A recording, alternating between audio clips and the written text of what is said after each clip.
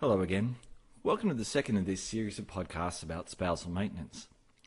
This podcast will discuss the relevant provisions of Part 8 of the Act and mention their de facto relationship equivalents, some case law on the issues generally, variation of spousal maintenance orders, and interim spousal maintenance. If you were wondering whether spousal maintenance was still relevant, the High Court decision of Hall and Hall, 2016 HCA 23, 8th of June 2016, tells us that spousal maintenance remains an important part of the law. Hall was an appeal from a decision to make an interim spousal maintenance order considered by the full court and then by the High Court. We will look at Hall in more detail later in interim spousal maintenance, but it's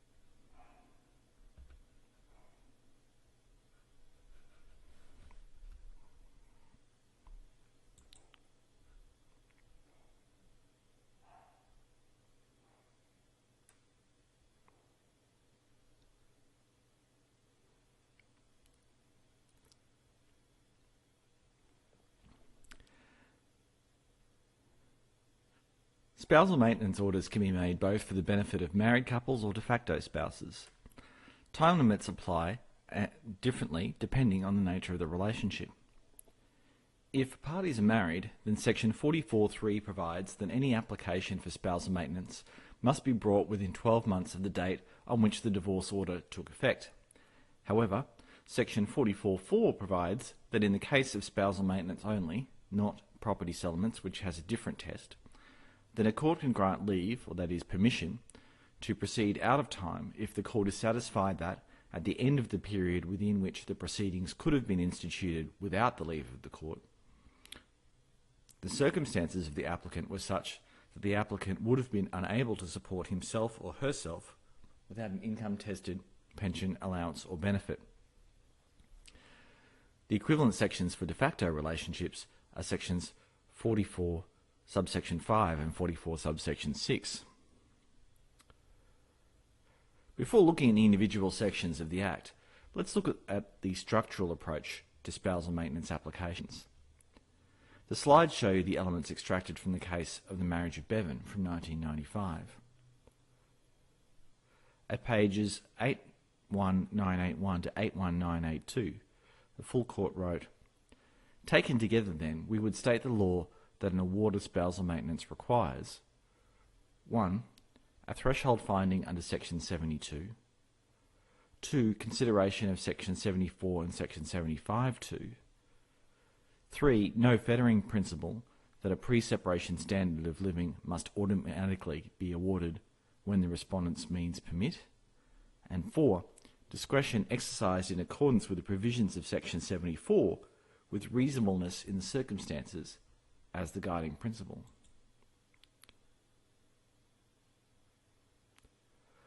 So let's work our way through each of those basic elements. Bevan's case tells us that there must be a threshold finding under Section 72 of the Act, without which the application will fail. Section 72 provides 1. A party to a marriage is liable to maintain the other party to the extent that the first mentioned party is reasonably able to do so, if and only if that other party is unable to support herself or himself adequately, whether a. by reason of having the care and control of a child of the marriage who has not attained the age of 18 years, b. by reason of age or physical or mental incapacity for appropriate gainful employment, or c. for any other adequate reason, having regard to the relevant matters referred to in Section 75(2).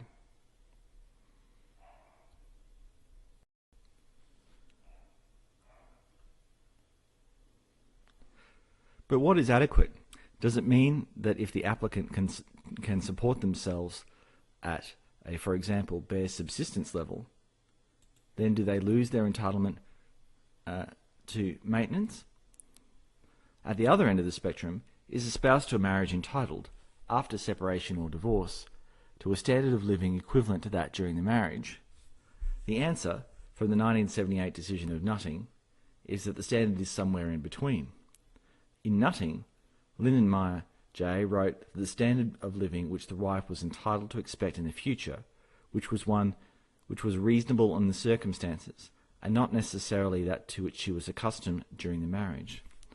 Further on the point of maintenance, His Honour said, by Section 72 of the Act, the husband is liable to maintain the wife only to the extent that she is incapable of supporting herself adequately, and again, adequately imports a standard of living which is reasonable in the circumstances, including the circumstance that the parties are no longer husband and wife, and that the assets and resources which were formerly available to them both in common have now been divided between them.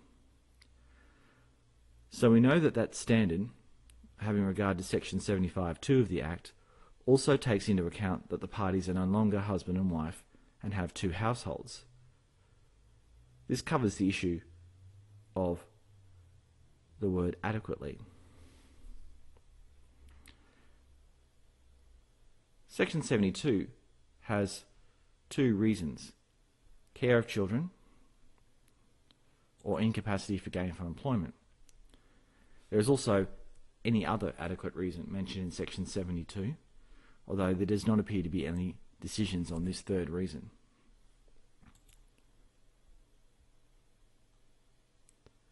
The marriage of Mitchell from 1995 remains a leading case on two issues. A, the circumstances in which the threshold requirement in Section 72 can be met, and B, judicial notice of empirical evidence of post-separation financial circumstances. Mitchell is a long case with a number of grounds of appeal. Relevantly, in relation to spousal maintenance, the trial judge concluded, and this is from page 81994 of the full court's decision, Mrs. Mitchell has some skills and experience from her more recent work as a nurse, work in a nursing home, and as a receptionist. While she is a registered nurse, I accept her evidence that she does not presently have the necessary skills to find employment fitting that qualification. It is some 27 years since she worked in that capacity, and it is highly unlikely that she would be accepted into a position without some form of retraining to upgrade her knowledge and skills. She presently works 2 days per week and says she is unable to find further work. She has made some effort to look for additional work, but, in my mind, these have been little more than gestures. In the result, I do not consider that she has made a serious effort to boost her income by either finding full-time work similar to that which she presently undertakes, or an additional part-time position of a similar nature. Even if she were to do so, her earnings from such employment, in all likelihood, would still be somewhat modest, although sufficient for her own support. But further, the threshold question is whether Mrs. Mitchell is unable to support herself adequately. I have already made findings as to Mrs. Mitchell's capacity for further employment, as I assess it, and that I do not consider that she has taken sufficient steps on the evidence she gave to persuade that she had made proper efforts to increase her income from part-time employment to either additional part-time employment or to a full-time position in work similar to what she now does. In those circumstances, and bearing in mind the quantum of the property order which we made in her favour, I could not be satisfied that she satisfies the test under Section 75. Accordingly, I must dismiss that application. While the full court's discussion, particularly at page 81997, included the following. Importantly, and particularly in more recent times, there is a notorious circumstance that there is a significant gap between theory and reality for employment, especially for people in middle age, lacking experience and confidence, who have been out of the skilled workforce for many years, and in the context of current high unemployment. Loss of security, missed promotion opportunities, loss of retraining in developing skills in an increasingly skilled workforce, with the loss of confidence in which this brings, particularly in times of high unemployment, are notorious circumstances of which the court must take notice and apply in a realistic way. On the specific outcome of this case, the full court found, page 81998, we think it was quite a big step to conclude that this wife would be able to obtain full-time or other additional part-time employment, and that would meet her reasonable needs for her own maintenance in the context of Section 72 and Section 75(2). The wife was earning $208 net from 2 days casual employment, but as it appears that included weekend employment, it may not be appropriate to extrapolate that figure into other part-time or full-time employment. The wife's age, her legitimate needs, the standard of living enjoyed by the parties during the course of the marriage, and the husband's professional skills and prospects of high future earnings in the foreseeable future suggest to us that any additional employment she obtains would be unlikely to meet those needs. Accordingly, the spousal maintenance appeal was allowed. On the issue of research, the full court wrote at page 81998 that a trial judge may take judicial notice of research as a form of, quote, background information, unquote, within which to then construe the evidence on the record.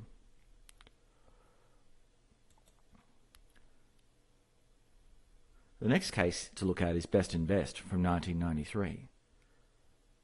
If you do read this case, you'll see there is a long discussion about what does and does not constitute property. This is because the husband was a partner in a large law firm with an extremely complex partnership agreement. In Best, the full court added this comment: "We should add one further factor to this discussion.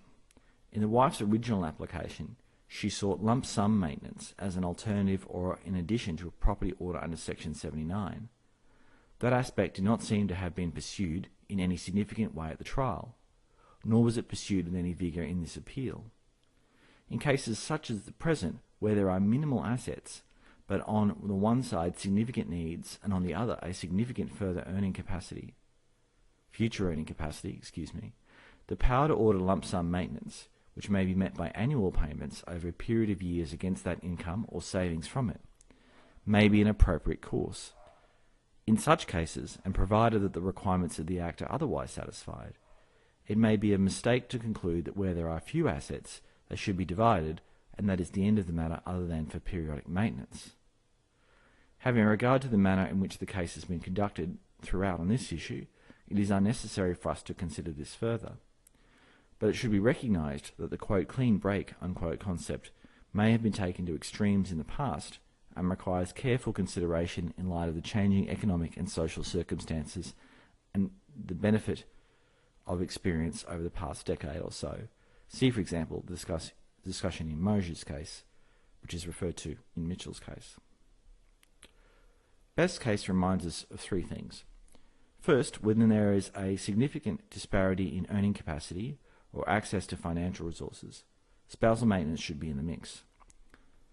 Second, if an interest in property has a value but is impracticable to divide, such as a partnership interest or trust interest, then spousal maintenance should be considered. And last, and we'll turn to this briefly later in the podcast, a court has the power to make spousal maintenance orders as a lump sum rather than a weekly or monthly amount. The second part, or second limb, of the requirements of Section 72 of the Act is the respondent's capacity to meet the needs of the applicant. In many cases, the earnings of the applicant may be easy to ascertain, as would the respondent's necessary expenses. The earnings of the respondent may be easy to ascertain, as would the respondent's necessary expenses for self-support. However, Section 72 is couched in terms of the respondent's capacity to pay, not the respondent's actual earnings. So what happens if it is alleged that a respondent is earning more, has a capacity to earn more than he or she is currently earning? What does earning capacity really mean? DJM v. JLM addresses this issue. You might recall this case from your studies in child support. In this case, the husband had left a fairly lucrative consultancy position to move into academia. DJM examined what the concept of earning capacity actually meant and, having a look at some overseas decisions, decided that earning capacity had three elements. 1, the ability to work, including qualifications. 2, the willingness to work. And 3, an opportunity to work.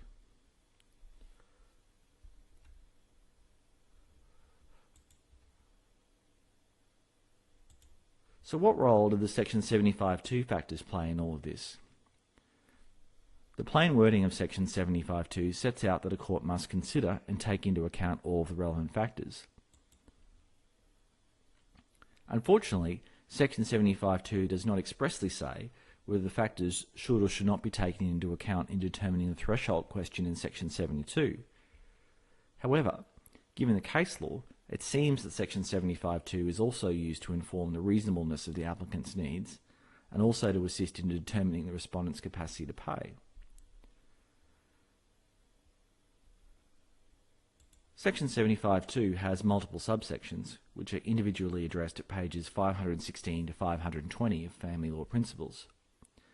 Some of the factors that stand out include the age and state of health of each party, their incomes, earning capacity and financial resources, commitments necessary to support themselves or otherwise, standard of living, duration of the marriage, and any child support payable.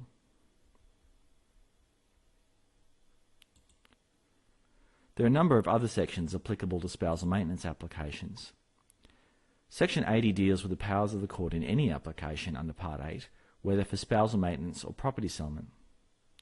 A court may, under Section 80, if the circumstances permitted, make a maintenance order as a lump sum. See pages 525 to 526 of Family Law Principles for a short discussion about some of the applicable cases. Section 82, subsection 1 provides that an order with respect to the maintenance of a party to a marriage ceases to have effect upon the death of a party. Subsection 4 of this section provides that an order with respect to the maintenance of a party to a marriage ceases to have effect upon the remarriage of that party unless, in special circumstances, a court having jurisdiction under the Act otherwise orders. Advising a recipient of spousal maintenance of the effect of this subsection is particularly important. Section 83 of the Act particularly relates to what I will describe as a permanent maintenance order, and I'll discuss the difference between this type of order and other types of spousal maintenance orders shortly. Section 83, subsection 2 sets out the circumstances in which a court may make or discharge a spousal maintenance order. They are, since the order was last made or varied, 1. The circumstances of a person for whose benefit the order was made have so changed, including the person entering into a stable and continuing de facto relationship. 2. The circumstances of the person liable to make payments under the order have so changed. Or 3. In the case of an order that operates in favour of or is binding on a legal personal representative, and the court, I should add, the court no longer has the power to make such an order, the circumstances of the estate are such as to justify its so doing. B. That since the order was made or last made, the cost of living has changed to such an extent to justify its so doing. B.A. In the case of whether an order was made by consent, the amount ordered to be paid is not proper or adequate. C. That material facts were withheld from the court that made the order, or from a court that varied the order, or material evidence previously given before such a court was false. Note, in particular, that if a person enters into a new de facto relationship, this is a basis for variation, but not automatic discharge of the order.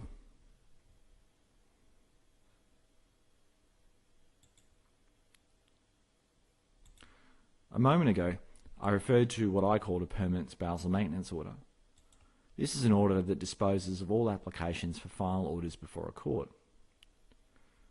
A court has a power to make under Section 80 an order until further order. As you might be aware, proceedings can take some years to obtain a trial date, so a court may make an order operating from, say, the first court date until a judgment. There may or may not be cross-examination or very lengthy cross-examination of witnesses at an interim hearing. However, the same legal principles apply generally, and we'll be looking at some case law about interim spousal maintenance in a moment. But there is one more type of spousal maintenance order, seemingly rarely used, empowered by Section 77. A court may make an urgent spousal maintenance order.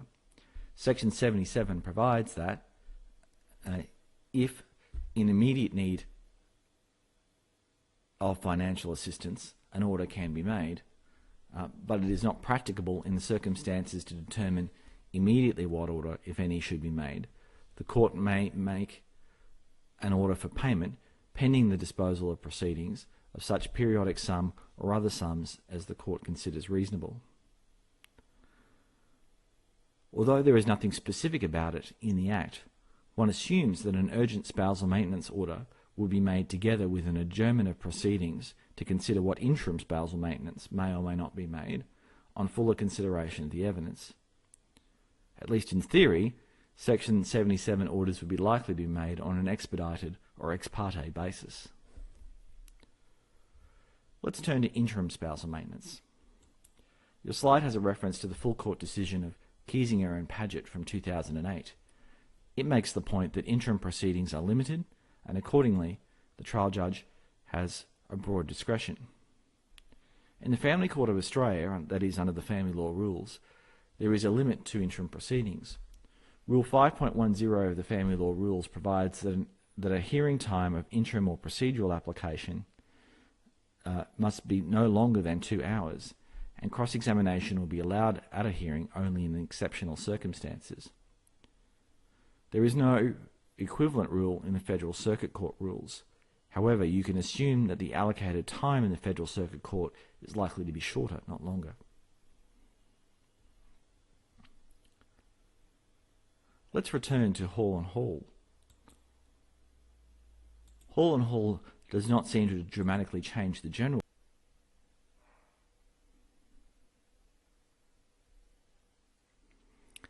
Let's begin with the full court decision of Hall and Hall 2015 FAM CAFC 154 from August 2015. Justice Dorr, on 10 December 2013, made orders that the husband pay to the wife $10,833 per month, yes, per month, spousal maintenance. The husband made a second application seeking to discharge that previous order. That application was dismissed. There were appeals by both spouses. Ultimately, the result was that one part of an appeal was allowed, and the spousal maintenance order was discharged, backdated to 10 December 2013, in effect as if it never existed. The grounds of appeal were vast, but the successful one was that, at paragraph 131 of the full court's decision, that the judge at the interim hearing failed to consider, and indeed make any finding, as to whether there was sufficient new evidence before her to discharge the interim spousal maintenance order. Now let's consider the wife's appeal. The wife appealed to the High Court in the decision of Hall and Hall 2016 FLC 93709. Her appeal was ultimately dismissed. The wife's original application was for urgent, interim and permanent spousal maintenance. There is some discussion in the High Court reasons about whether the original decision to make a spousal maintenance order was urgent or interim, but it seems it was interim.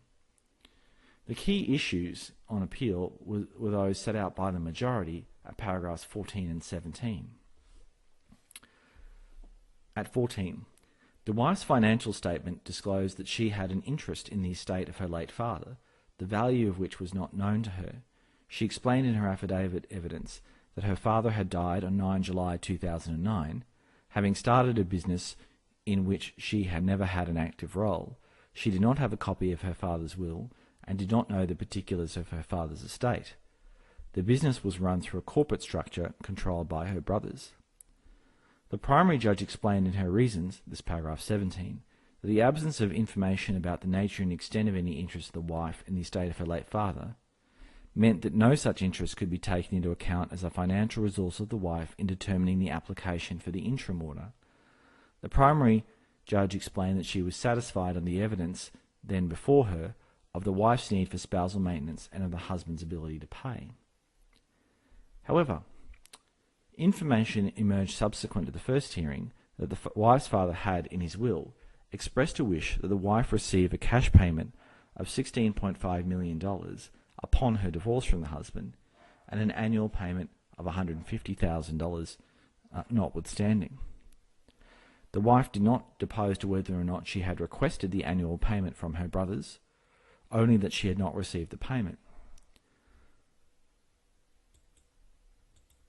The full court had found that this was a financial resource available to the wife. The High Court, on that basis, upheld the full court's finding that the annual payment was a financial resource available to the wife, on the basis that the wife could reasonably be expected to benefit if she was to call upon it. So what does Hall tell us about interim spousal maintenance? First, even though a judge has a broad discretion in interim matters, it does not relieve the applicant of the burden of showing that they cannot adequately support themselves. Second, much like what was argued in Mitchell, unsuccessfully in that case, the applicant effectively needs to show that they have taken all reasonably available steps to try and support themselves from their own earning capacity or property or financial resources before turning to their former spouse. Third, the definition of a financial resource is a broad one and includes, potentially, resources that have not been yet called upon. Before leaving Hall, one policy question for you to consider.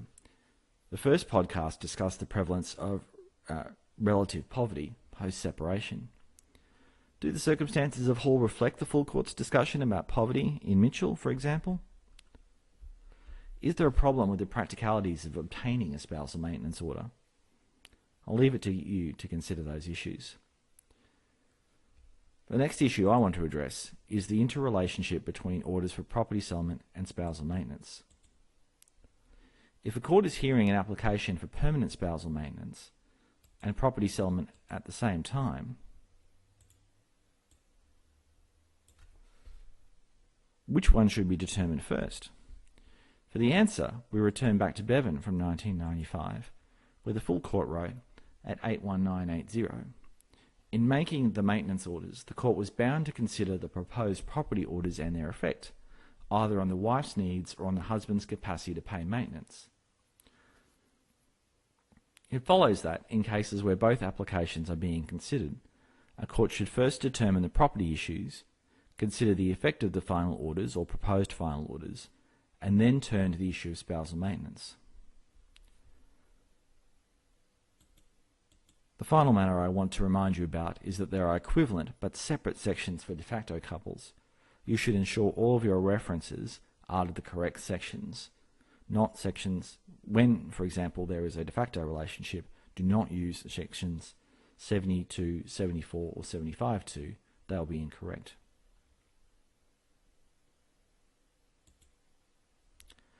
Okay, this brings us to the end of this second podcast and also to the end of the module. Thanks for listening, and bye for now.